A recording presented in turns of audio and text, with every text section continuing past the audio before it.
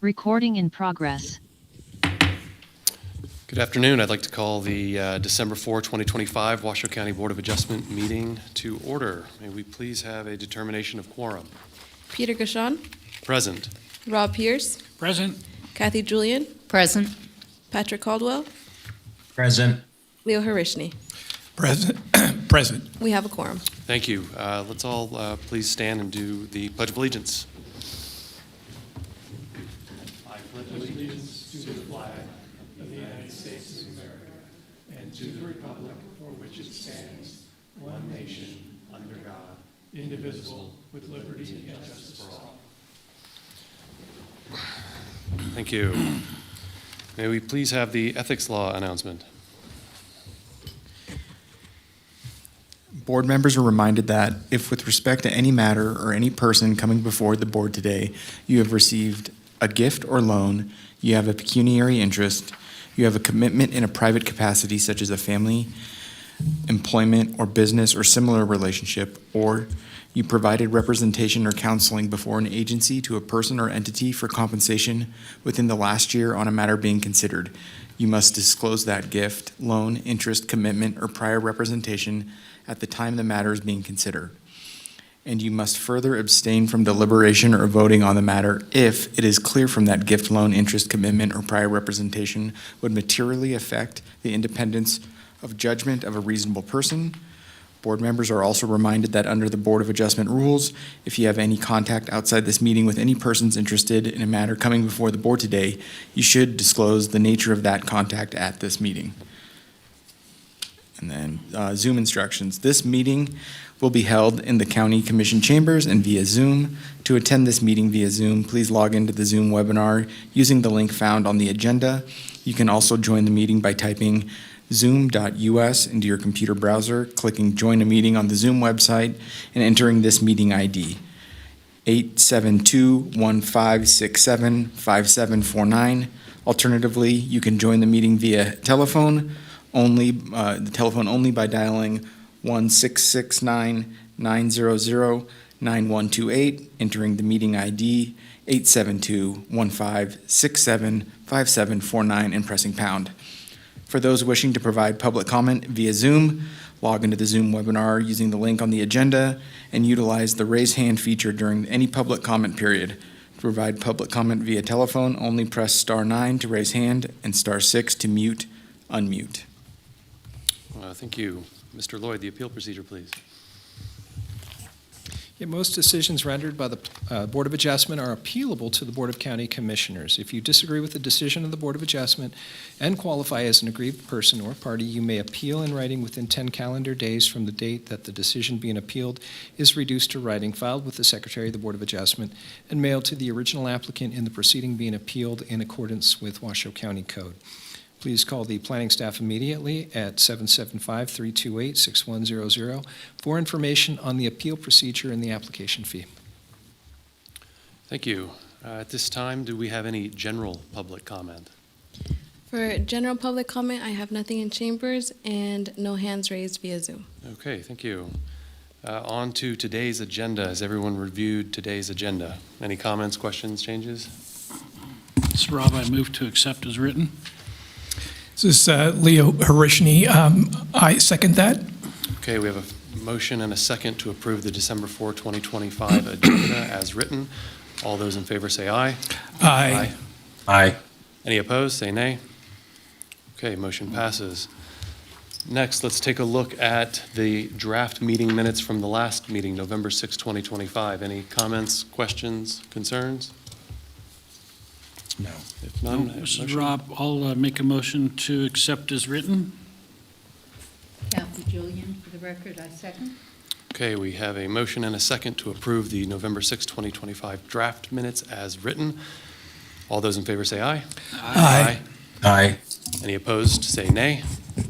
Okay, motion passes. Okay, we're on to the public hearing items. Item 8A, special use permit, case number WSUP 25-0016, the incline substation expansion. Mr. Lloyd, may you please introduce. Yes, for hearing, discussion, and possible action to approve a special use permit to expand the existing incline substation defined as a public utility center use type. The applicant is also requesting to modify the maximum retaining wall height, landscaping, and parking surface standards. Representing Washoe County in this matter is Senior Planner Courtney Wyke. Okay, good afternoon. Courtney Wyke, Senior Planner with Washoe County. The item before you is WSUP 25-0016 for incline substation expansion.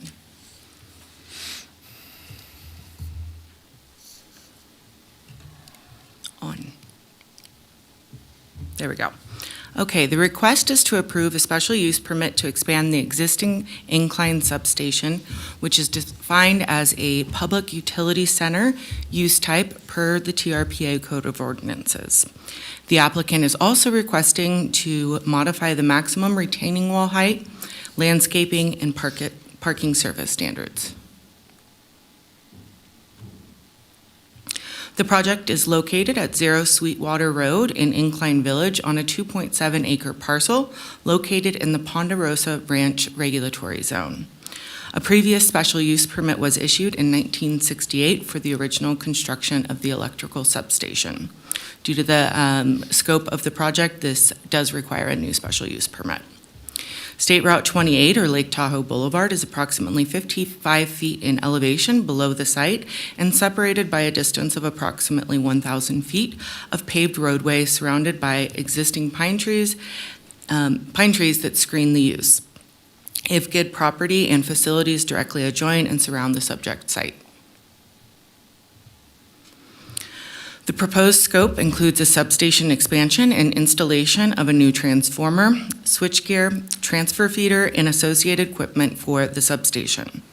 The applicant states the transformer addition will provide increased reliable capacity for customers in the incline area.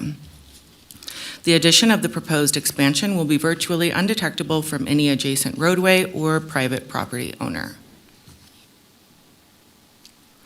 Now we'll go over the request to modify certain standards.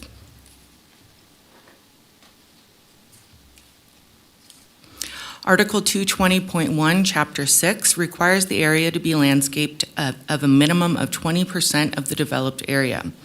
The parcel has limitations that make it impractical for traditional landscaping to be reasonably implemented.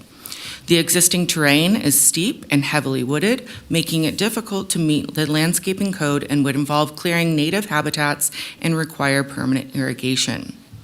Preserving the existing native vegetation provides adequate screening from adjoining parcels and public view. The parcel is in a remote location on a dead-end street with very little to no traffic and is not visible from any main roadway. There is little to no benefit to requiring additional formal landscaping on the site. Staff does support the request to vary the landscaping standards of Chapter 6 of Article 220.1.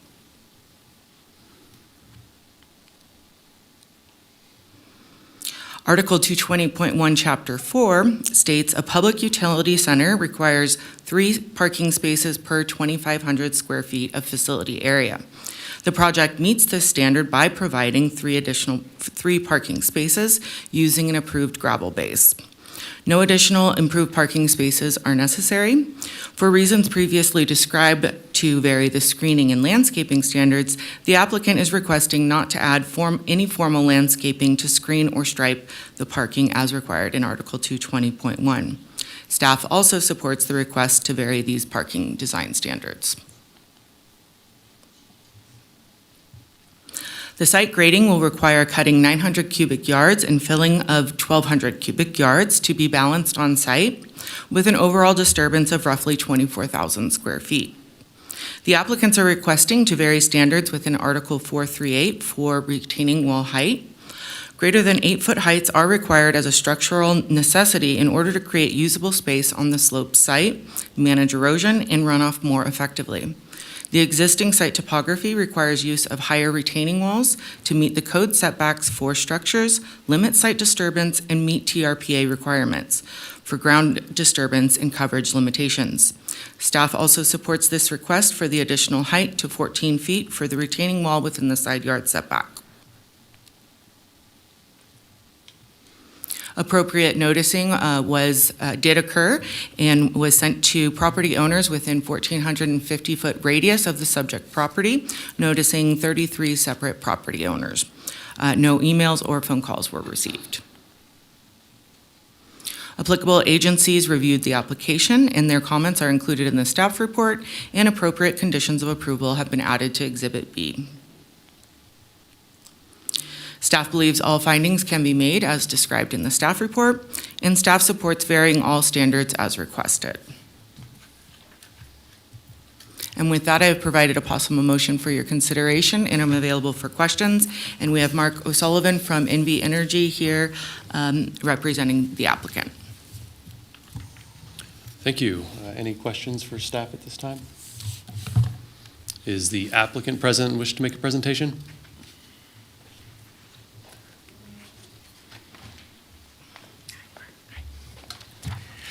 Good afternoon. Thanks for hearing our item today. My name is Mark Sullivan. I work with NV Energy. I think that the staff, in addition to being one of the more pleasant people I've ever worked with over the years, she has a level of professionalism and comprehensive analysis that she did on the staff report on the project was fantastic. So we don't have any issues. We did have some issues. She called us up and went through what we need to do to work them out. I mean, she was fantastic to work with. So I don't have a presentation to add to what she did, and we appreciate your support and certainly happy to answer any questions. Okay, thank you. Any questions for the applicant? Do we have any public comment? No public comment in chambers or via Zoom for this item. Okay, let's bring it back to the board for discussion. Questions? Please support the project. Okay. I'll entertain a motion. Okay. Kathy Julian for the record.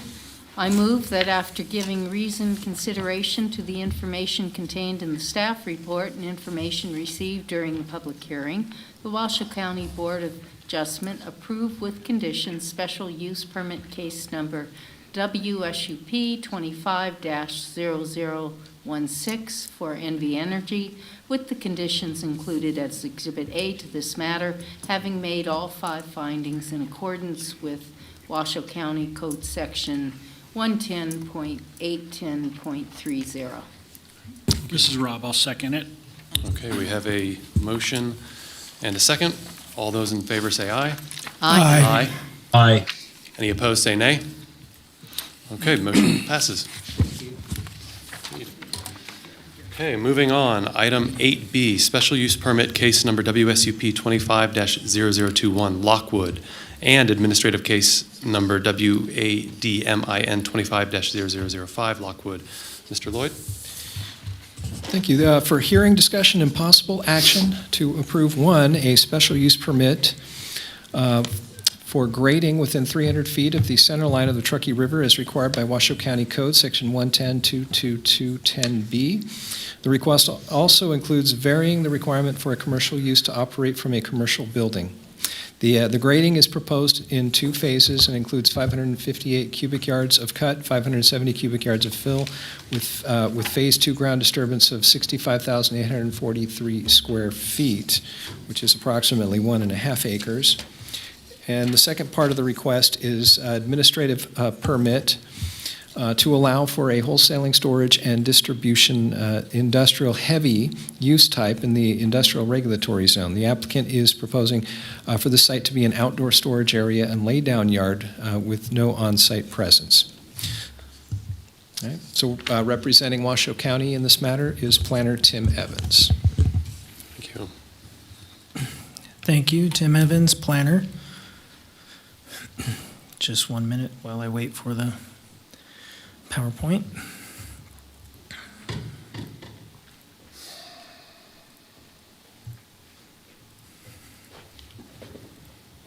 Sorry, Tim. All right, so the case before you today, or cases before you today, are administrative permit case number WADMIN 25-0005 and special use permit WSUP 25-0021 for Lockwood.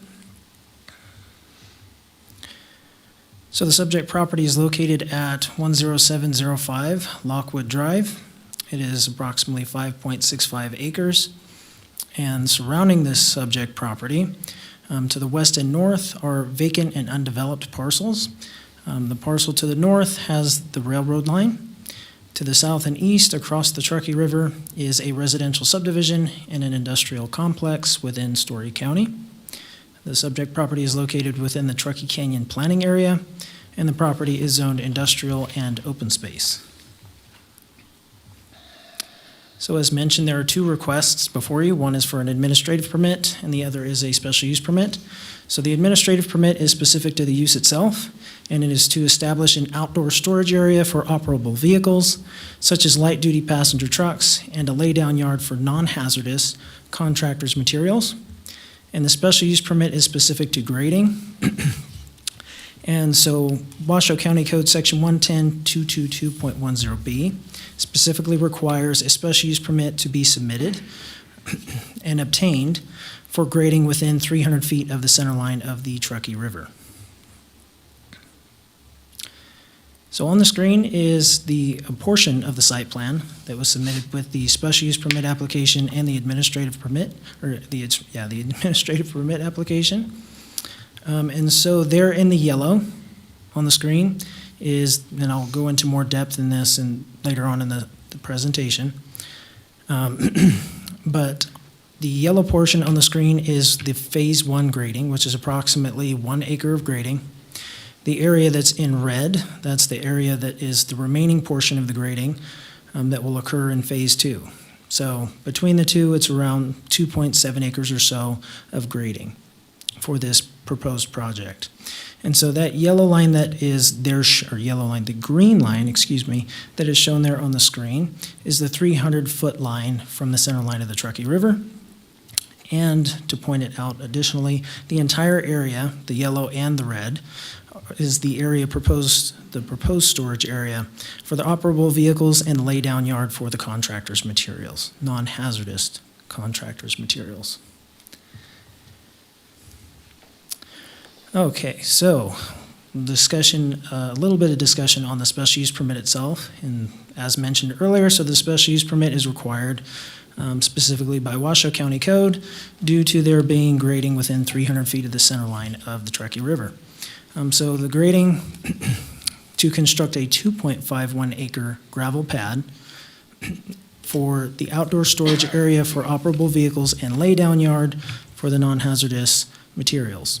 And as mentioned earlier, this grading will be conducted in two phases.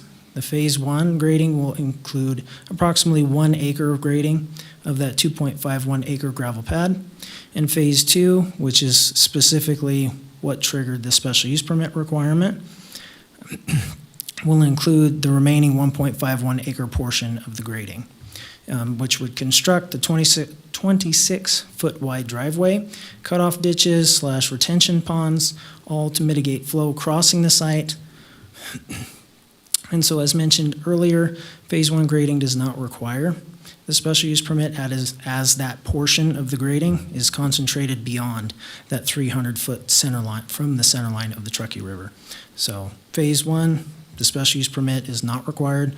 Phase 2 is what triggered that special use permit requirement.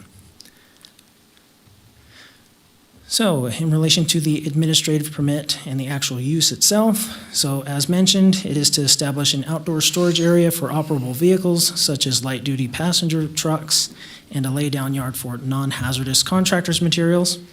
So as part of this project, there are no structures proposed, and the facility would not be open to the public. It would be limited to specific tenants that the applicant or property owner would lease sections of that property to. And so in relation to that, since there's not going to be any structures and it's going to be an unmanned site, the applicant submitted what's called a director's modification of standards. And so to give you some background on actually what that is, so the director's modification of standards allows code requirements, such as for parking and landscaping, to be modified by the Director of Planning and Building in cases in which, due to the unusual nature of the establishment, proposed or the development proposal submitted for it, the standards set forth herein therein may be considered insufficient or excessive. So what it allows is just a modification of those standards. It's similar to like what the Board of Adjustment can do with varying or waiving standards for like a special use permit. It's along those lines. But this would go through the Director of Planning and Building. So that being said, as the site is going to be unmanned, staff has gone through and done a complete analysis in relation to the parking, and what is being requested in this director's modification of standards is that the parking requirements be waived. So planning staff is supportive of waiving the parking space requirement, as it will be an unmanned site. There's not going to be a structure on site and no employees on site. And one of the additional pieces that the applicant has requested as part of this director's modification is to waive the paving requirement. So that being said, planning staff is not supportive of waiving the requirement for paving, as during the review period, planning staff received comments specifically addressing paving being required from engineering and environmental health, and they both supported requiring paving. And planning staff, after looking at all the code and everything and doing an analysis on the project, is not supportive of waiving the paving requirement, but is supportive of waiving the parking space requirement. So, as part of an additional piece to that director's modification, as mentioned earlier, there's various things that can be waived or modified under that modification, director's modification of standards. One of them is landscaping. And so that being said, the applicant requested that all the landscaping requirements be waived under this director's modification. So planning staff is supportive of waiving the landscaping standards. And the reason being is that there is no water source or hookup will be needed or is proposed for this project, which means that any landscaping that is planted would most likely not survive. And additionally, in looking at the site, and staff did do a site visit, formal landscaping would generally look out of place on this parcel with the surrounding environment.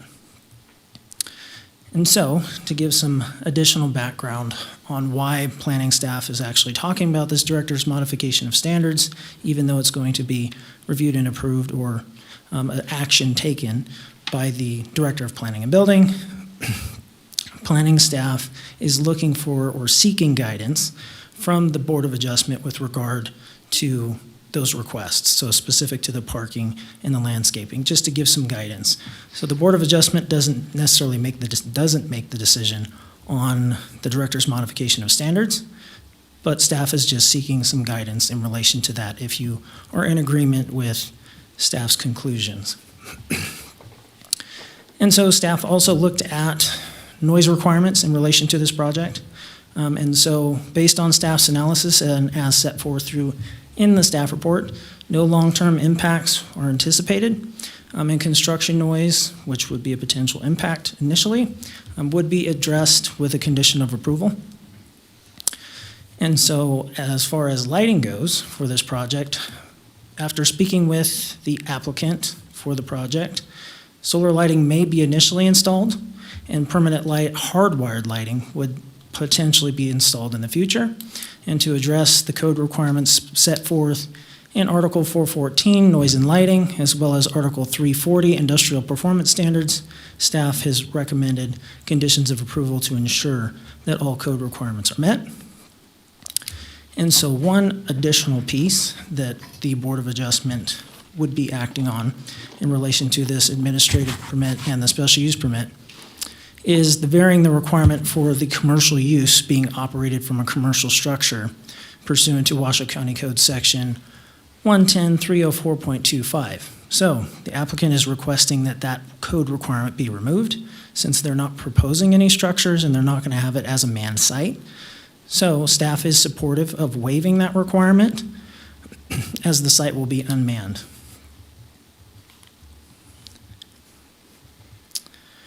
So the project was sent out for review to multiple agencies and departments for review. A total of 19 agencies were provided the project application information, as well as the Truckee Meadows Flood Authority and the One Truckee River and Story County's Planning Department as well. A total of 5 agencies, the Nevada Department of Transportation, Water Rights, Engineering, Environmental Health, and the Washoe Story Conservation District provided comments and conditions, which are included in the staff report as conditions in Exhibit A. Additionally, comments received from Story County are addressed as conditions included in Exhibit A of the staff report. And additionally, Story County provided additional comments today, December 4th, 2025, in relation to the project specific to landscaping, which I believe the Board of Adjustment has received copies of those. And I have spoke with Story County planning staff, and they will be, as well as Story County staff, and they will be providing comments during the public comment period for this project today. Okay, and so that agency review that was just discussed was specific to the special use permit. This one that I'm going to discuss is specific to the administrative permit. And so both the agencies for both projects or both applications are exactly the same as to who it was sent to and who provided comments. And so a total of 5 agencies provided conditions and comments for the special use permit. A total of 4 agencies provided comments and conditions in relation to the administrative permit. Specifically, Water Rights, Engineering, Environmental Health, and the Washoe Story Conservation District provided conditions which are included as Exhibit A to the staff report. And comments were received from Story County as well in relation to the administrative permit. And comments were received today on December 4th. As mentioned earlier, for the special use permit, they also provided comments for the administrative permit as well. So, proper noticing occurred for the proposed project. A total of 149 separate property owners received notices, and only 1 public comment was received. So staff is able to make all 5 required findings as detailed in the staff report. And staff recommends the Board of Adjustment approve special use permit case number WSUP 25-0021 and administrative permit WADMIN 25-0005 and provides the following motion on the screen as well as in the staff report. And I am available for any questions, and the applicant is available as well and may have a presentation. Thanks, Tim. Anybody have any questions for staff at this time? I'd rather hear, well, other than I didn't get a comment from the Story County. Were they? Okay. Yeah. Nobody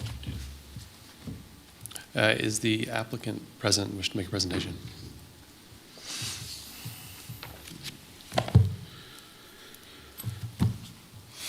Good afternoon, and thank you for hearing our project. Before I get started, and I'll keep this brief. Please state your name for the record. My name's Doug Fellens. I'm with Tech Engineering. I'm one of the engineers for the project. Before I get started, I just want to say thank you guys for hearing this, and I want to kind of give a special thanks to the Washoe County staff during the course of this process. They were fantastic in terms of communication, and this is a complex project, and there are a lot of moving parts, and I think they did a great job of maneuvering with us through this project to get to this point. So again, I appreciate staff for that. I think Tim did a great job of basically laying out the project and what the intention is. Obviously, we want to take the northern portion of this project, and we want to provide an outdoor storage and laydown area. Just a point of clarification, you can see that it's broken up into 2 phases on the plans that you saw. Those 2 phases are essentially the same thing. They were broken up to the 1 acre phase 1 and the remaining 1.5 acre phase 2 strictly to allow the possibility for the phase 1 to begin grading activities in lieu of us working towards the end right now. But again, it is an interim plan. When this property was purchased, there was an ultimate goal in mind to develop the property, value add the property, which is why they went through the master plan amendment zone change to rededicate it as an industrial light. But in the interim, until we can get through the several hoops that are involved for us to get to the point of that, what I'll call phase 3, the client has, he wanted to bring a value add to the property in the meantime until we get there. That's where we've come to the point of this laydown area. But there is a final improvement idea, say in the next 2 years, in mind for this property. And a couple points of clarification on Tim alluding to the variances we're asking for. On the landscaping. So obviously, yes, we don't have a water supply to irrigate a standardized landscaping, but client's definitely open to a zero-scape system of sorts, especially on the westerly side, which is going to be at your entrance side from the right-of-way. And in discussions with the Story County neighbors to the south, we discussed the possibility of doing some native species plantings along the entirety of the south of the property to not only provide that screening aspect, but to keep it natural. So we're definitely open to that option as well. And as for the variance request for the paving, again, we go back to this is phase 1 and phase 2 is an interim to a final goal. So instead of paving 2.5 acres with paving that we then would tear out, our idea was, since it is going to be laydown area, let's keep it gravel until we get to that point where we do that final development. But in that sense, what we can do, or what we definitely are willing to entertain, is maybe paving a portion of it. Maybe we pave the circulation throughout the property into and out of, which would allow us to have the proper ability to service the capture of the storm water so that we can take it down into the storm system, clean the water before release. But that would prevent us from having to come back on the entirety of that north side and then tear out brand new asphalt when we get to that phase 3. That's really where that request has come in. But anyway, I said I'd keep it brief. That's I just wanted to add those clarifications. I'll leave it to public comment and any questions you may have. Okay, thank you. Anybody have questions for the applicant or staff at this time? Yeah, this is Rob. I've got a question for the applicant. How much traffic do you anticipate coming in and out of this property? Being a laydown area, you're not anticipating a high traffic count. You're probably going to be looking, again, when we get to the phase where, as part of what's going to be conditioned on the property anyway, we're going to have to go through NDOT and get an encroachment permit, and as part of that, the traffic count analysis is going to take place to defend whether they'll give us that permit or not. But just as an estimate, I think you're looking at less than 10 trips a day. 10 trips a day? Yeah. Okay. All right. And then on your, you're asking us to waive the commercial structure part. Would you be okay if we added in to that, as long as there's no buildings of any type put on this property until you go to phase 3, which I would assume you would have to get a new permit for that. Yes, sir. So, yeah, that'd be absolutely acceptable. all right. Okay, that's all I have right now. Thank you. I have a question for the applicant. Can you elaborate more on just what will be stored on the property? And I'm a bit confused about some of the terminology. The staff report mentioned here, summarized, that it would be non-hazardous construction material, but in other areas we saw it would be non-flammable, non-combustible, non-hazardous. Yeah, it would be all the above. In fact, that was a back and forth with staff that we had at length, and with fire, and that's actually what spurred that conversation. In order to clearly define usage in such a way that it would not mandate a fire hydrant that we obviously don't have, or a water source to get one there easily. We talked about isolating down the usage such that that fire hydrant would no longer be necessary. And as part of that, the language, and it's on the plan, came into play about non-hazardous, non-flammable, non-combustible, meaning prior to the developer, the owner being able to accept a tenant, they would have to, and they would need to discuss with Washoe County staff and local fire what their intended storage was, so that they could confirm that they met all of those conditions of non-flammable, non-combustible, non-hazardous. But just to follow up, but what might that actually entail? I mean, we hear that it would be light, like an F-150 vehicle.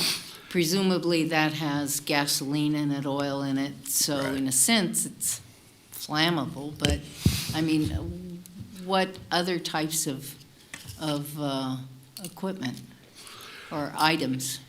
Primarily, you'd be looking at vehicle fleets, like you're saying. Other opportunities could be, like pipe,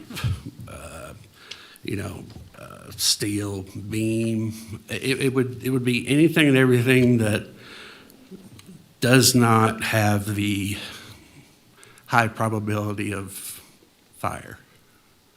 So, again, what would be brought before Washoe County when that tenant came up would have to be approved to be such a material. But I think predominantly it'd be vehicle fleet storage. And I suppose this would be a question for Washoe County staff or legal.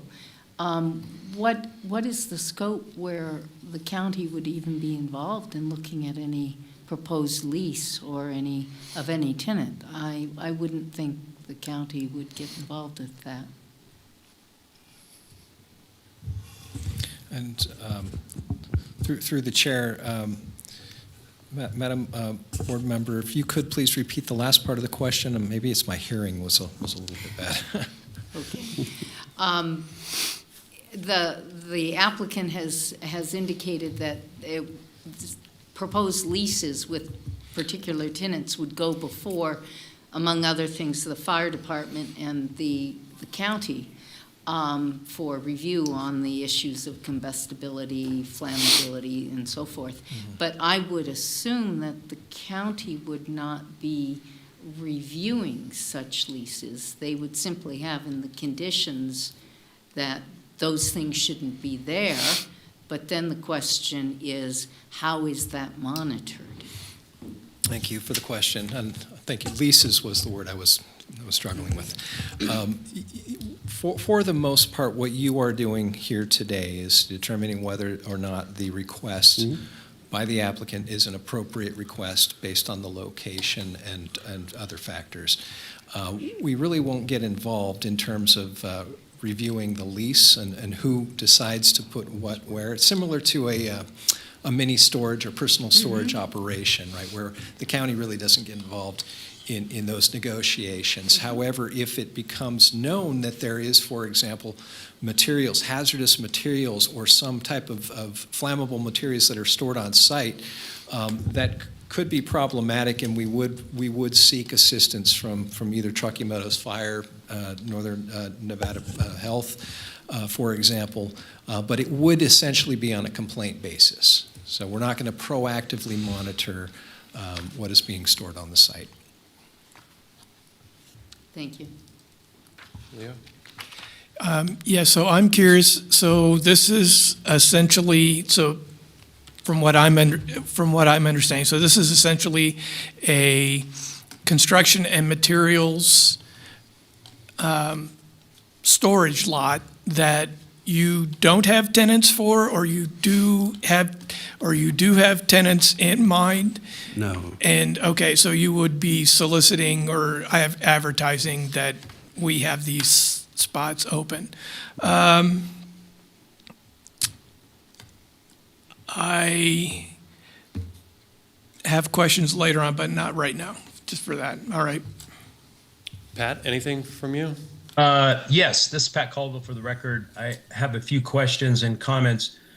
My first question would be when the reference to light duty passenger trucks, are these single axle trucks? You mentioned pipes that. Right. Well, in terms of actual storage, I would say you're looking at single axle. You might have more than single axle delivering materials and then leaving the site after the fact. Right. Okay. And then my second question, and really my concern is that it's within 300 feet of the center line of the Truckee River and the grading and that especially that phase 2 portion that I understand the cost of, paving the entire portion, may not be advantageous to the applicant, but simply putting down a gravel-based roadway for that entire area after grading it, what mitigating efforts is the applicant going to take to make sure that there is no pollution or potential contamination of the Truckee River? Right. So one of the conditions versus paving. Yeah, one of the conditions that's already going to be associated with the project is that prior to anything starting, we're going to have a water quality analysis done of the proposed development to answer exactly that question. Is there, if any, effect on the Truckee River due to our means of mitigation? And right now, as the plan showed, the means of mitigation are essentially to capture all of the waters that are flowing across the site, all the rainwater, and capture them in retention ponds so that they naturally percolate, infiltrate, and evaporate.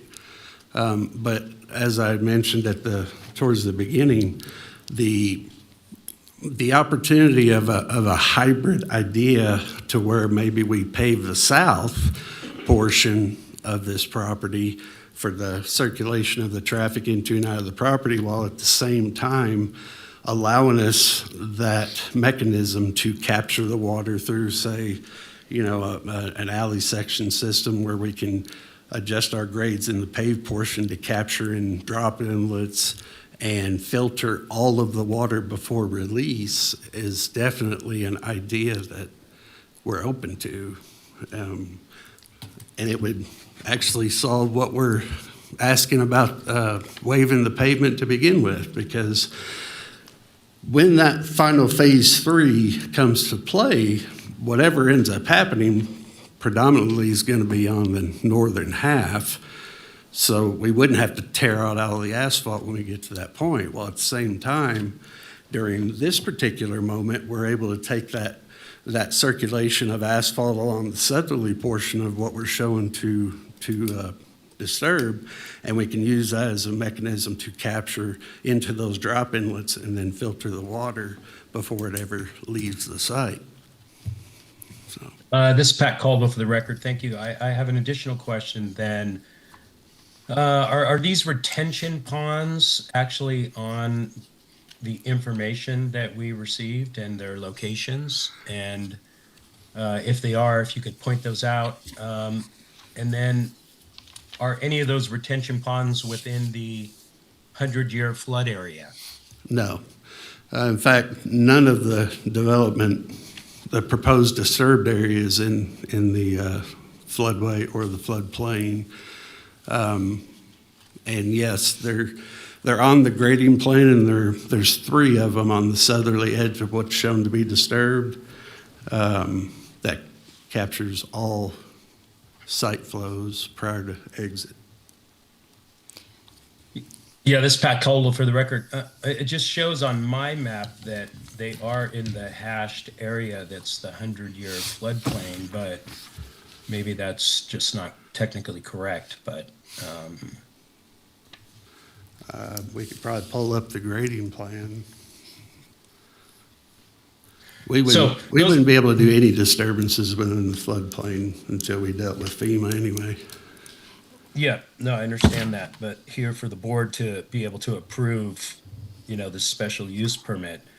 And then, has there been any consultation with Story County about their concerns, not only for the neighborhood, but the adjacent property across the river looks also like a potential storage yard that is even closer to the river, and what efforts they have taken to make sure that there's no pollution or contamination, because I don't think it's a paved area where the storage area is.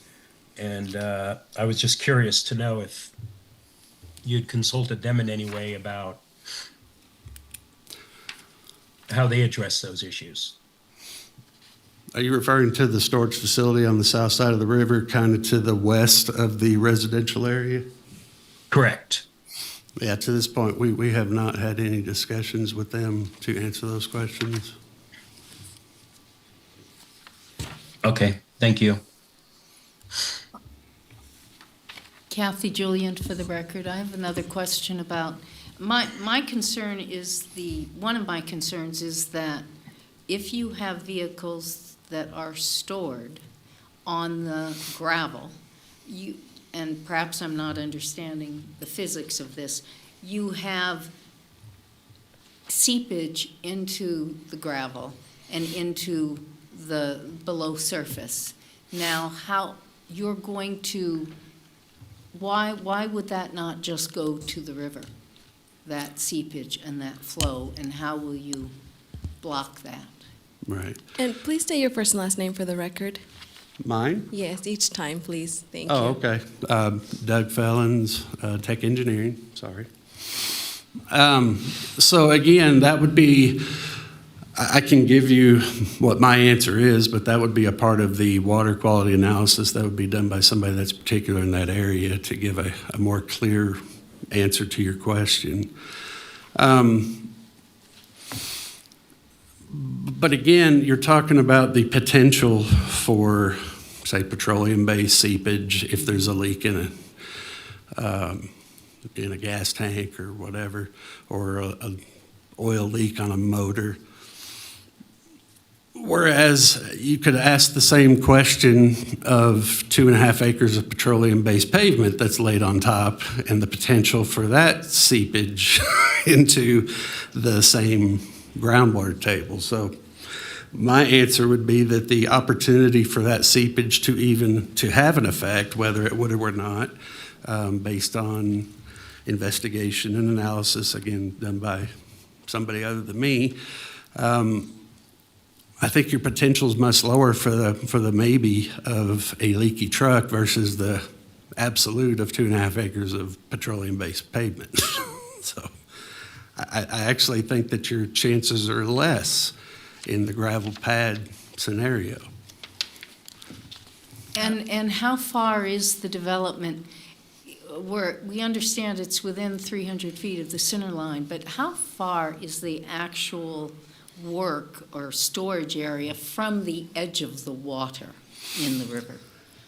So, and can you relate what the open space is and describe to us where, because I understand there's two sections of this, there's industrial zoned and then open space, and you're not operating in the open space buffer zone, right? yeah, pretty much when they went through the process of the master plan amendment zone change, the open space was designated within the FEMA floodway. So when you look at the plans and you see the hatched area, and there are delineations with annotations to show you where that AE zone is, where it begins, everything south of that line is designated open space as part of that previous process.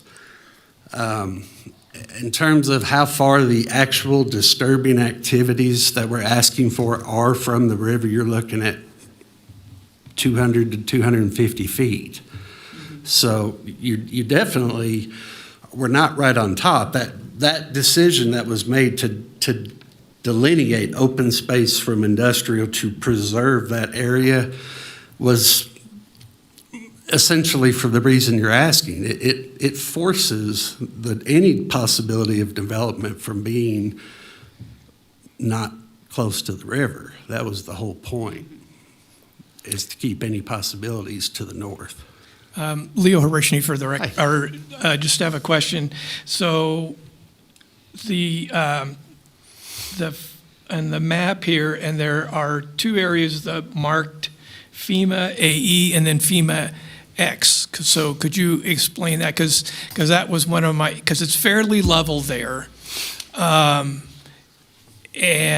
I'm aware that the south side has had effects negatively from flooding, but I have no idea about the north side. So the FEMA Zone AE versus FEMA Zone X, can you explain that more? Yes, sir. So essentially, FEMA models all of their waterways. Well, I won't say that. They do different levels to different degrees of exactness, the waterways of the U.S. And AE happens to be one that they have modeled to the point where they can establish, as you transition down the river, the base flood elevations at any point along that river. So to keep it simple, the AE zone has a tangible chance of flooding, according to FEMA's modeling, at any given time for a large storm. X, on the other hand, you have your shaded X, you have your unshaded X. Your X zone actually has less than a 1% chance of hitting that line or above in any given 100-year storm. So in layman's terms, when we look at the aspect of FEMA and flood zones from property to property, when you see a Zone X property designation, you just immediately tend to, it's not prone to flooding in that area. Thank you. You're welcome. That helps. Anybody else? Yeah, this is Pat Colby for the record. I have another question. As far as the notifications that went out to the neighboring properties, was notification been given to the Rainbow Bend community?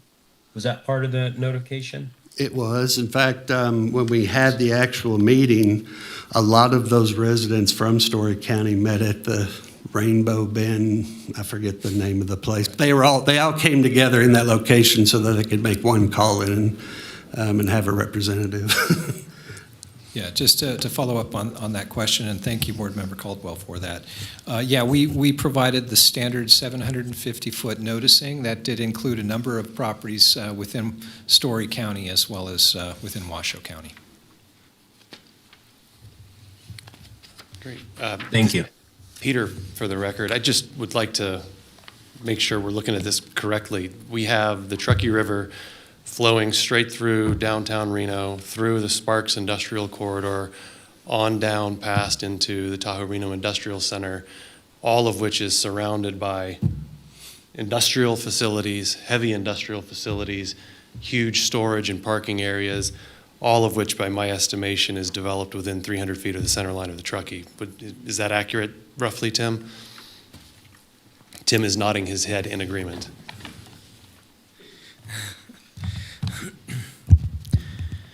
Tim Evans, planner. So I would tend to agree that yes, there are industrial complexes in development within 300 feet of the center line of the Truckee River. Yeah, so I just, Peter, again, for the record, I don't think there should be any issue with this particular use and the proposed intensity. I think the questions relative to the administrative permit, the director's modification are interesting, but just from a gating standpoint, I think the special use permit is reasonable. Kathy Julian, for the record, but a question for staff. That much of that development in downtown Reno and so forth, do the waters flow directly to the river, or do they go into any kind of municipal water, wastewater treatment facility and so forth? Are we looking at apples and apples or apples and oranges? Tim Evans, planner. So as far as that goes, I can't speak to that and exactly how they flow. Potentially, maybe engineering might be able to provide some background on that. So Janelle Thomas, the senior engineer, is here to speak to that. Good afternoon. Janelle Thomas, Senior Licensed Engineer for the record. So most of the outflow from various developments along the Truckee River have incorporated into their design strategies for stormwater management some sort of pretreatment before those stormwater flows enter the Truckee River. Some basic examples of those are storm scepter systems, which I'm not sure if any of you are familiar with those types of systems. They're basically a big basin, underground basin that separates the petroleum and oils as well as the silt and sediment out. It slows those flows so that then the water that is discharged isn't conveying those contaminants into the Truckee River. So as you'll note on the recommended conditions of approval for this particular application or these particular applications, item 2M identifies that there needs to be a formal treatment program infrastructure put in place before the building permits are approved. And just to provide a little bit of clarification on your question, Member Harishni, regarding the different zoning for the FEMA designations. The A and AE zones are typically, they're designated as a 1% chance storm events. And so there's a 1% chance each year in which it could flood. The X and shaded X are typically the 500-year floodplain, and so that is about a 0.2% chance each year for those events to occur. Janelle, since you're up there, I was going to ask you later, but on page 43, condition 6, it says the applicant shall include in the stormwater design of the proposed project storm drain infrastructure which routes all on-site stormwater runoff through an infrastructure to treat for photochemicals and sand silt prior to release from the site. Would that be a sand oil separator type of thing? Correct. Thank you. Yes. This is Pat Calder for the record. So will that type of mechanism be similar to what is used in the downtown area? I would say that it is, Janelle Thomas for the record, I would say that it is likely very similar, if not identical. Okay, thank you. And Janelle, Rob, here again, one other question. Are you okay with them paving only part of this project? Would that satisfy the engineering requirements on this, or? Janelle Thomas for the record, our conditions require that at least the drive aisles be paved and that the storage areas, because there needs to be a functional way to route that stormwater into a treatment facility. Okay. I'm sorry, my hearing must be bad now. So you're saying your recommendation is that the storage platform pad be paved because then you can better guide the water, the runoff, to the filtration area, right? Janelle Thomas for the record, yes, that is correct. That is our recommendation. Due to the proximity to the river, we felt compelled to require this condition on the application. Okay.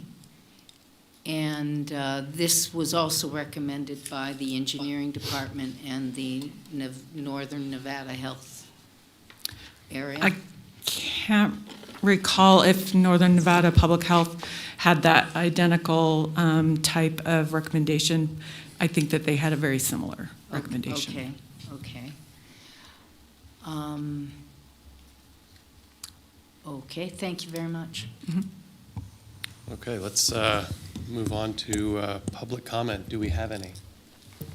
Yes, in chambers, we have Austin Osborne, followed by Mitch and Rainey.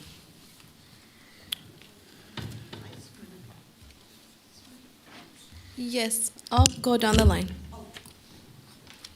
So you'll all have 3 minutes to speak. Please state your name before you begin. Good afternoon. My name's Austin Osborne. For the record, I'm the Story County Manager. I'm taking my time here today with you all because this really matters to our community that is abutting this project that roughly is about where you're sitting. If you were to look at the back of the room with the river in the middle, that's kind of what you're looking at. I want to start off with, I just want to say your planning staff has just not only on this project, but on others, been fabulous to work with. They communicate with us. They go out of their way just to include us in the process. And so you have a very professional team. That's much appreciated. We did submit agency comment that you have in front of you. Thank you and your staff for including that in the packet. And we had talked about noise, lighting, traffic, landscaping, and a few other items. And really appreciate the conversations you've had today on all those items. You're taking this very seriously, and it's noticed. So I don't plan on belaboring on those items unless you have further questions. I do just want to touch on 2 items and then provide a suggestion for a third. The first is the traffic. If you don't know that area, there is an on-ramp, I guess you would say, that goes onto the interchange from the Lockwood community.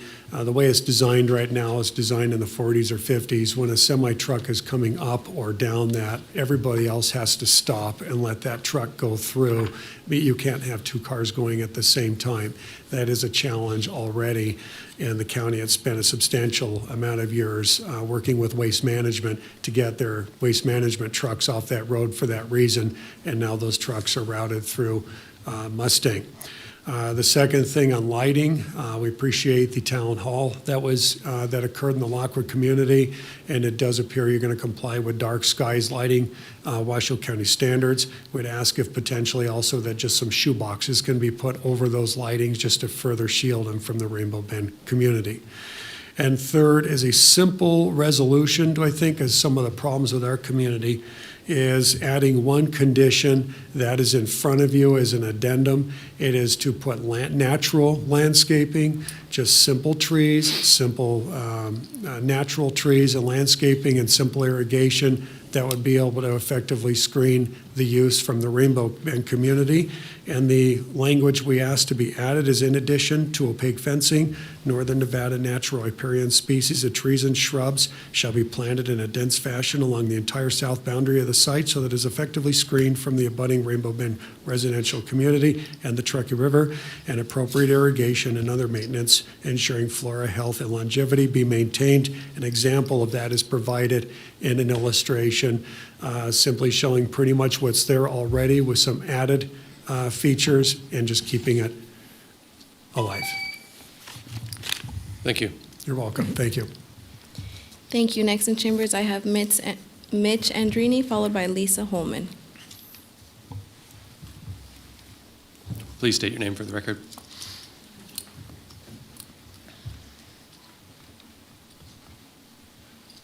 Hello, Mitch Andrini. I'm manager of Canyon General Improvement District for Lockwood, which is basically Lockwood. And I report to an elected board, one of who's in the audience, board members. I just first of all, thank you. The question you guys are doing are great because that's all concerns we have.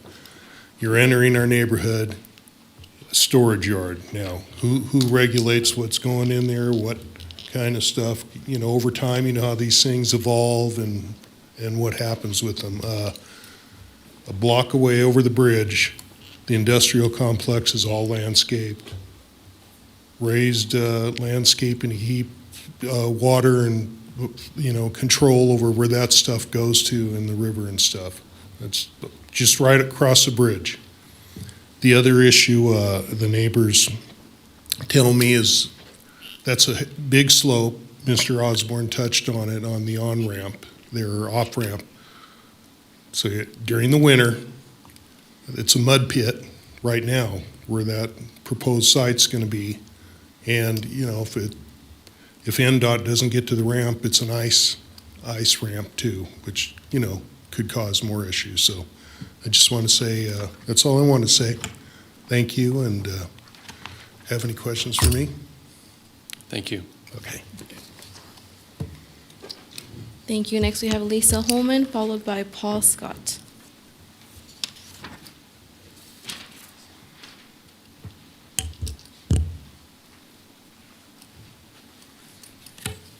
I'm short. Lisa Holloman. I represent pretty much the Rainbow Bend residents, which is the development immediately to the south, where Austin addressed several of the issues. One that came up to me today especially, and I have been to every hearing here and the Zoom meetings. We conducted one the other night, Monday, I believe. So our community has a very strong interest in it. It is comprised of a lot of seniors, which don't travel as well as young families that are working, so they don't have the ability to get here. The paving is a big thing because, number one, I have been a former trucking company owner, so I'm aware of the fuels that leak from vehicles. And the fuels will leak through gravel and get into the truckee. The truckee is close in that area, and the underground water in that area is very close. I'm familiar with that land from several avenues. One, I looked into buying it. Two, my husband and I work with the Wild Horse Campaign, and we frequently, almost daily, are in use of that area where the wild horses gather. So I'm familiar with the ground slope and the water retention during any kind of rain or snow event. So paving it would be extremely important to keep those fluids from reaching the ground. If he says that they are non-flammable fluids or fuels would not be there, anything from a vehicle is flammable. And on one hand, you're talking about operational vehicles, and on the other hand, you're talking about storage of vehicles, cargo trailers, things like that. So to me, the possibility of contamination into the ground is high. Also, that dust, that dirt on that side of the river is different from the dirt on the other side of the river. The other south side of the river is heavy rock. That side is more soil. So it floods much easier, and I'm not going to get through all this. But paving is a major thing to retain also for air pollution. The residents don't have an objection to something being done there, but the traffic, the lighting, the landscaping is massive. And again, I do a lot of volunteer work, and I clean the rivers. We do the weed cutting and control. I've worked with Washoe County Conservation District, mitigating weeds in that area. And trust me, the Truckee River will take care of any landscaping that's put along there. It does a great job, and it's very thick. I have a concern that, and all the other developments are paved out there. Thank you. Thank you. Lastly, in chambers, I have Paul Scott. If anyone else would like to make public comment, please come fill out a public comment form. Thank you.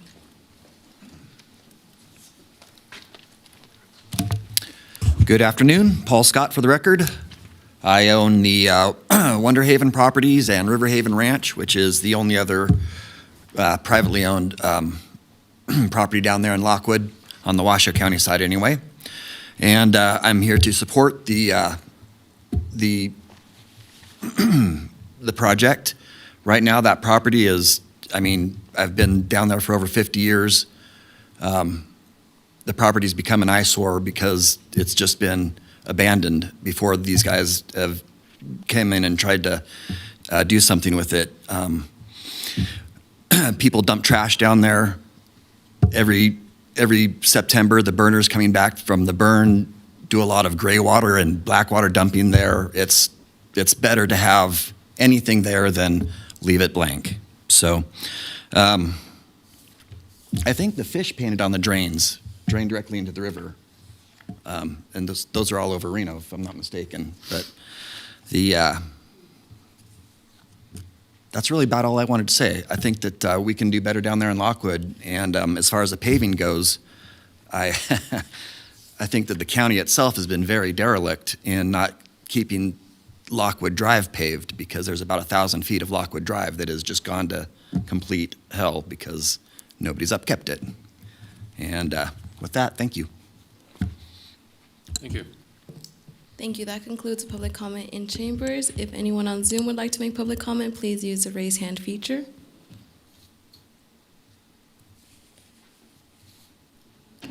I see no hands raised on Zoom. That concludes public comment. Okay, thank you. Let's bring it back to the board for discussion. Anybody? Kathy Julian, for the record. I have some concerns about this application, mostly because the conditions of non-flammability, non-combustibility, non-hazardous, I find those are good conditions to have, but it's unclear to me if you have individual tenants going in and depositing items for storage and you have no one working on site. It's unclear to me how this is going to be enforced and monitored and enforced over time. So that's one concern.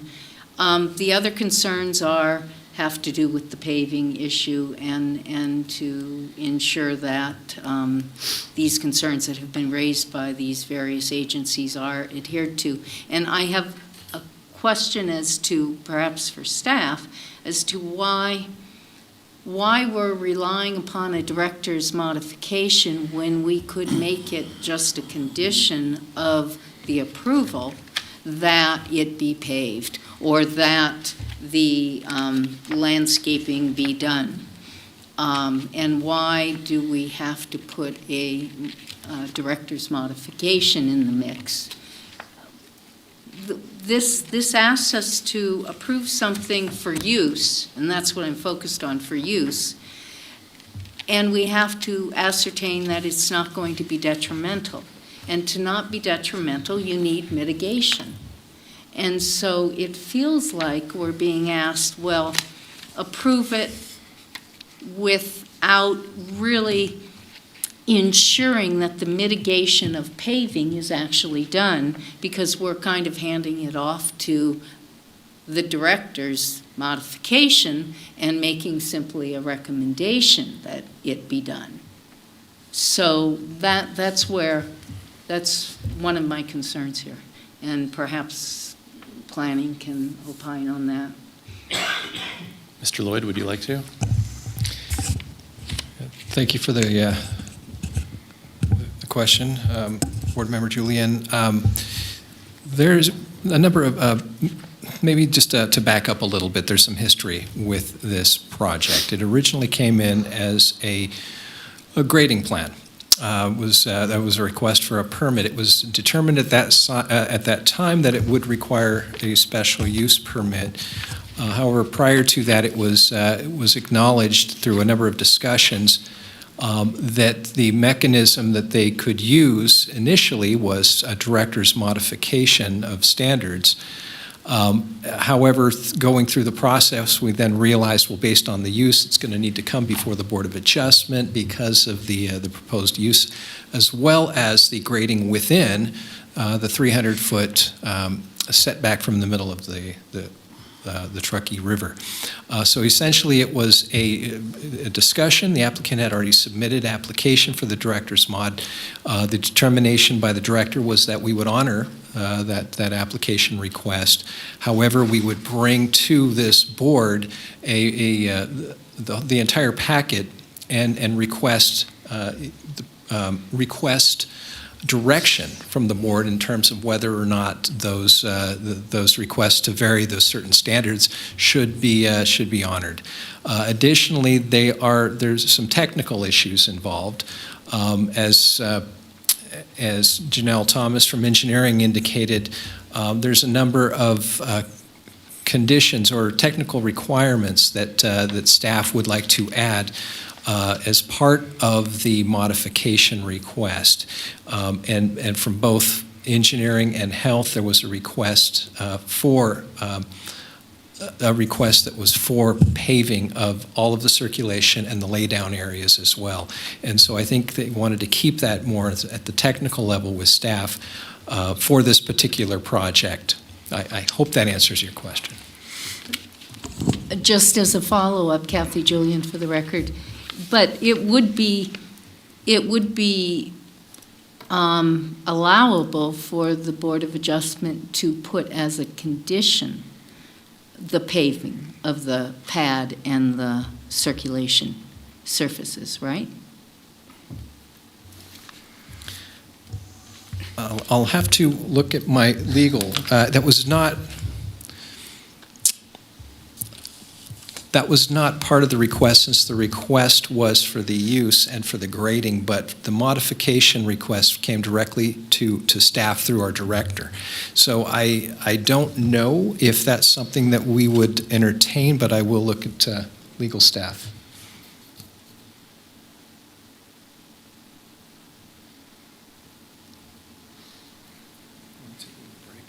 Yeah, we might have to I might have to look at some, excuse me. Yeah, I'm gonna have to review the code and then also just some other areas to determine that. If I may, maybe, and I'll leave it up to the chair, but maybe you want to continue the questioning, and then if we need to, we can take a short recess to answer that question. Yeah, this is Peter. I'd like to continue the discussion amongst the board. Legal can do some research and get back to us. That's fine. Pat, would you like to offer any thoughts? Yeah, this is Pat Calder for the record. I, too, am along the lines of Member Julian that I would like to place a condition, if it's possible, on the paving so that we know that any mitigation and of any hazardous materials will be properly handled by the retention ponds and be able to be directed. Also that landscaping be placed on the border where the Rainbow Bend community is. I don't know how feasible it is to actually incorporate watering any landscape would be, but I just think in general that those two items I would like required if it's possible. Okay. Otherwise, I would support the project, right? Rob, Leo? Yeah, this is Rob for the record. On page 39, the health department commented that there is no on-site disposal system and drinking a water well would be difficult to put in. So if we put the landscaping in there, we could be putting an undue burden on the landowner, because right here it says it would be difficult to get water up there. So I do see in the report, though, that there is a fence that's going to be required to go all the way around it. Can I ask a question? In that fence, is there any possibility of putting colored slats in it? Something along that line for kind of to block out the project? For the record, Doug Fellins, absolutely.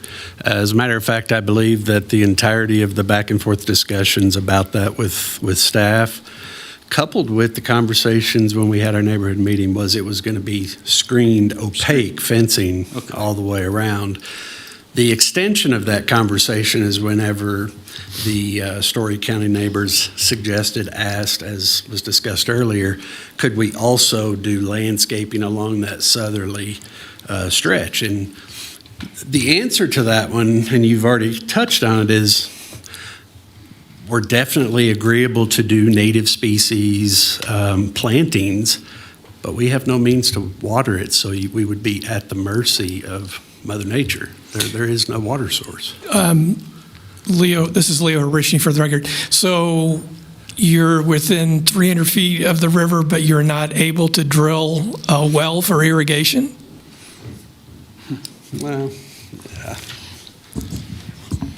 For the record, Jason Gillis, Tech Engineering. You're exactly correct. We can't just go out there and drill a well. there would be a whole process of acquiring water rights, placing a new point of diversion there, getting that approved through the state engineer. Invariably, the residents of Lockwood would protest that permit, and 12 years from now, I'd be possibly in a hearing with the state engineer trying to get that well. So we are definitely at the mercy of Mother Nature on the plantings. Now, we are 300 feet from the river. Well, there is a water table there. These are native plants.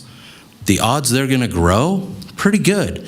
They're not going to spring up like if we were fertilizing and irrigating them, but the applicant is willing to try to plant screening vegetation down there. And with all native species, it may take 1 or 2 shots.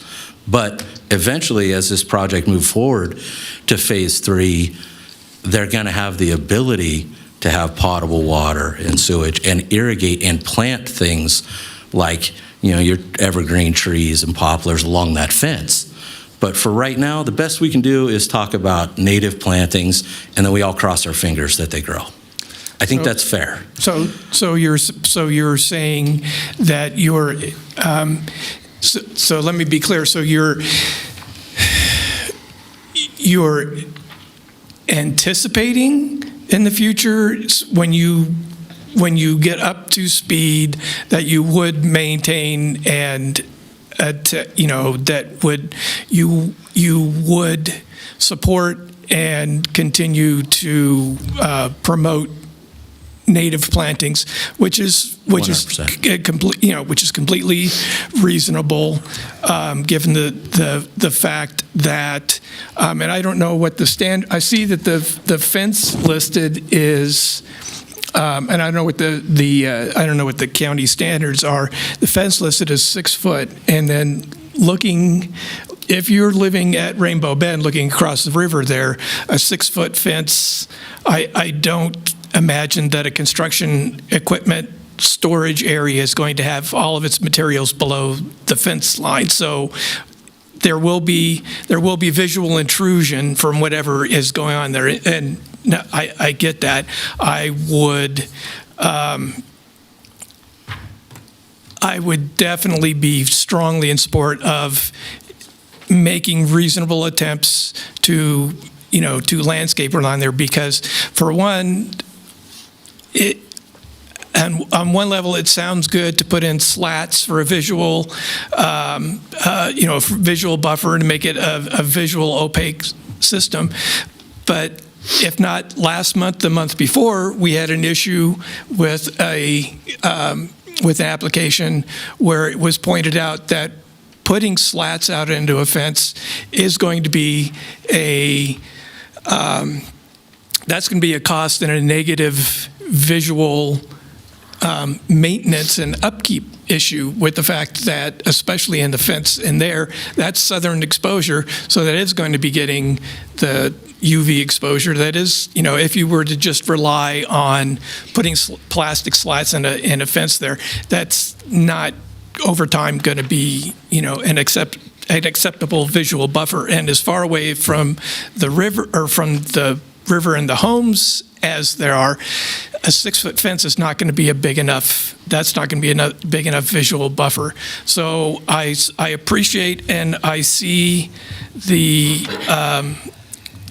efforts made here with the maintenance dishes for stormwater retention. Interestingly enough, I don't understand. I don't know if Trevor can say or answer to this. We're talking about paving the pad. Is there an expectation that the pad is or the surface is to be paved with asphalt, not concrete? So we're talking about we can't have dirt and gravel base, but is a concrete surface something that can be specified and would offer the stormwater retention and collection and maintenance without the petroleum effluent? And I may need to lean on my engineer, Yeah. but my understanding is that a safe alternate could be concrete. They are both considered impervious surfaces. But I would defer to the expert in that regard. If I may, Jason Gillis, Tech Engineering. You know, when we're talking about paving the site, we are definitely talking about a combination of asphalt and concrete. The drainage structures that are going to be required and the treatment that's required, they will end up with inlets set in concrete, curbs, gutters, valley gutters, asphalt. The real question in our mind is, do we have to pave the whole thing and then rip it out? So if there's the ability to work with staff as we go forward, that's what we're looking for. We understand the concerns with the pavement. So I know at this meeting it's really hard to put a number or a evaluation on that or say we won't pave this area. So what we're talking about is, you know, in general terms, the north side of the project, which is the uphill side, is the side we don't want to pave. The south, the downhill side, where we need to capture all that stormwater, run it through the various processes, get the permits from NDEP before it ever goes anywhere. That's the part we totally understand. Paving, impervious surface, concrete, storm drain, all that stuff there. We're looking for a little leeway on where that demarcation line is. Right. And if I may add, there's absolutely no way to get into a sand oil separator unless there is curbs, gutters, concrete, asphalt, things along that line. And that is a requirement. So it has to be paved somewhere, and concrete somewhere. It has to be. Otherwise, it can't go through that, and that's a requirement. So my question is to Janelle, I have to ask, from an engineering standpoint, would it be okay to not pave the northern portion, somehow just pave the southern portion, or asphalt pave, concrete, whatever, curb gutter down the southern portion to try to trap all that water? Is that a possibility, that they don't do anything on the north end? Janelle Thomas, for the record. I would suggest that, it be presented as a design concept to our engineering staff to evaluate, to ensure that, those inlets are available and that the water is being treated before it's being discharged to the Truckee River. Okay. So how would we word that, Tim? In the motion, then. Kathy Julian, for record, can I get a clarification?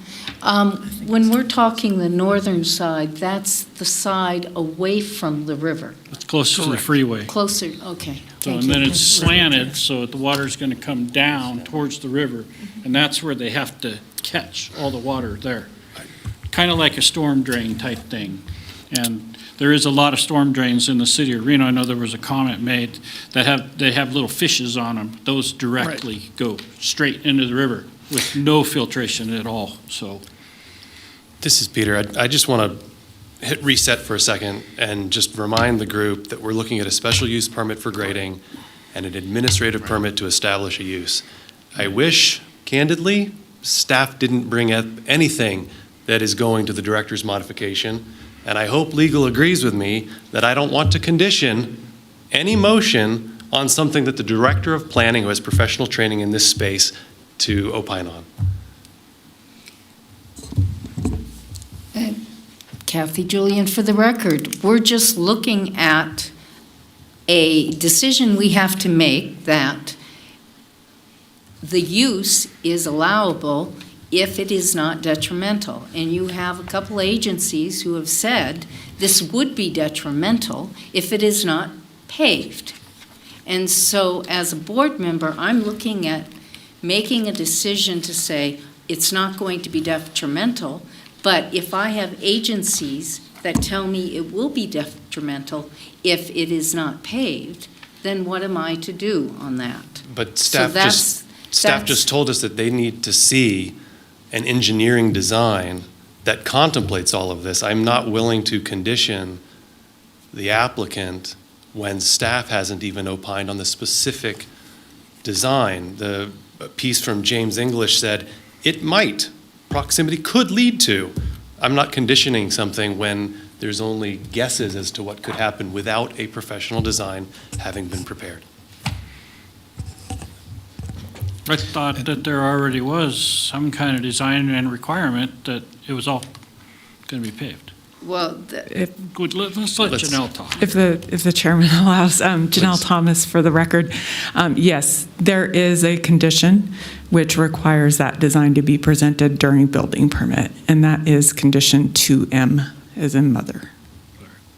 And we are confident that we can adequately protect the community with that condition in place. So we don't need to change it, you guys? I don't think- Okay, I don't believe Just leave so. it like it is.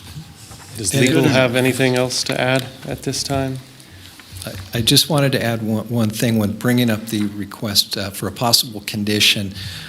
Typically, our recommendation is not to condition something that is code. It is a code requirement, and there is a separate avenue for the applicant to request a modification of that code requirement, and they have done so. So it's basically going on a parallel path. So again, I understand, I do understand your concerns, and typically we prefer bringing any varying requirements or varying requests before this board, but this is a little unique situation. So the recommendation is not to condition the paving of the project, but instead to provide any of your thoughts and concerns to that regard.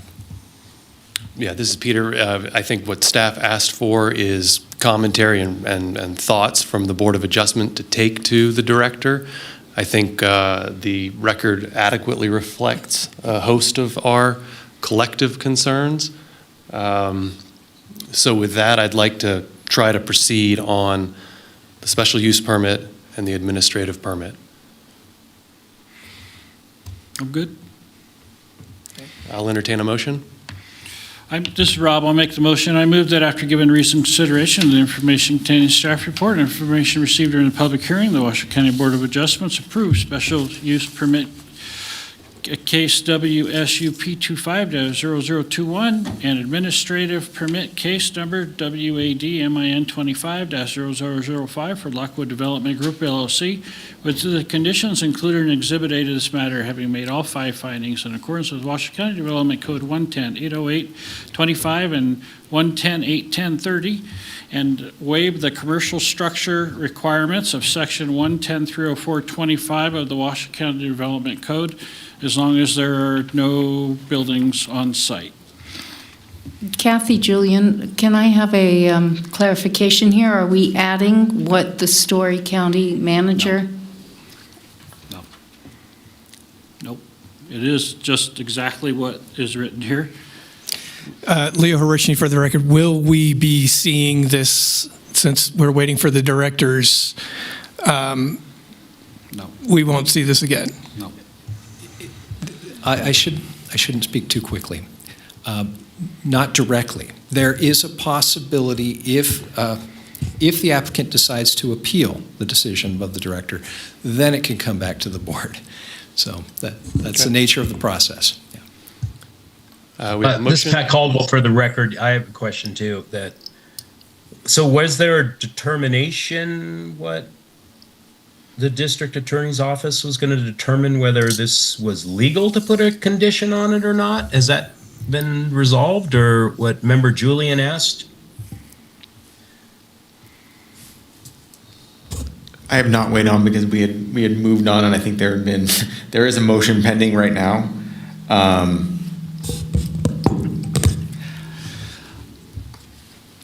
This is Leo Horishny. I appreciate the director trying to keep this on track, but at the same time, we were here. We have outside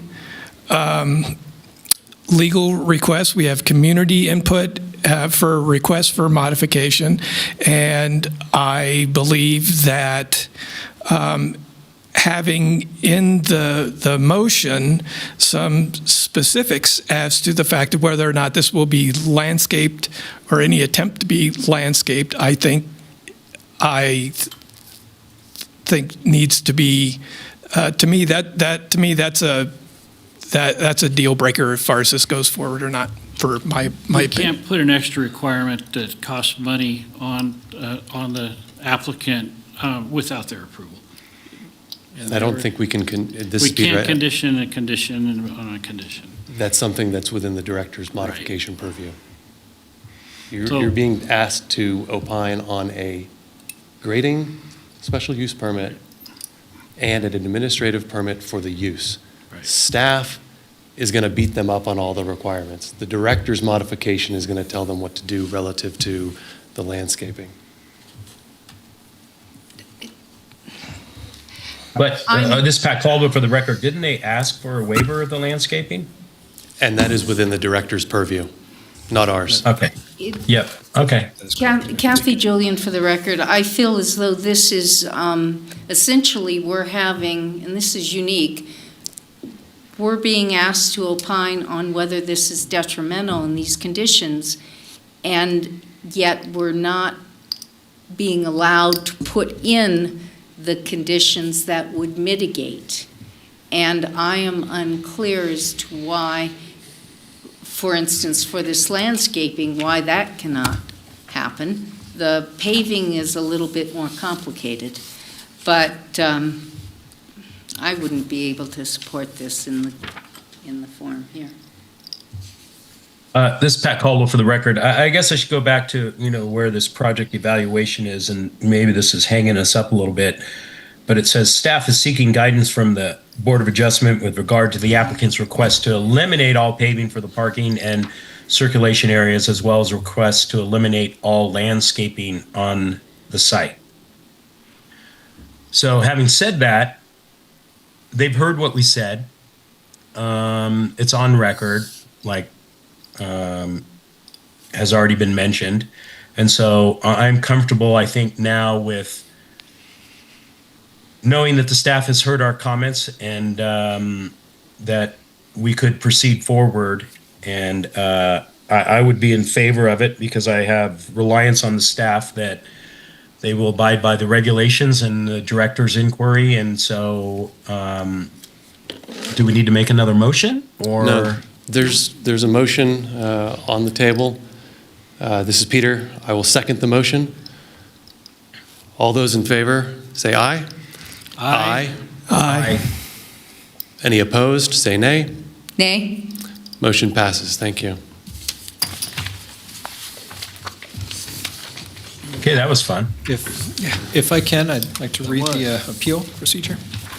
Most decisions rendered by the Board of Adjustment are appealable to the Board of County Commissioners. If you disagree with the decision of the Board of Adjustment and qualify as an aggrieved person or party, you may appeal in writing within 10 calendar days from the date that the decision being appealed is reduced to writing, filed with the Secretary of the Board of Adjustment, and mailed to the original applicant in the proceeding being appealed in accordance with Washoe County Code.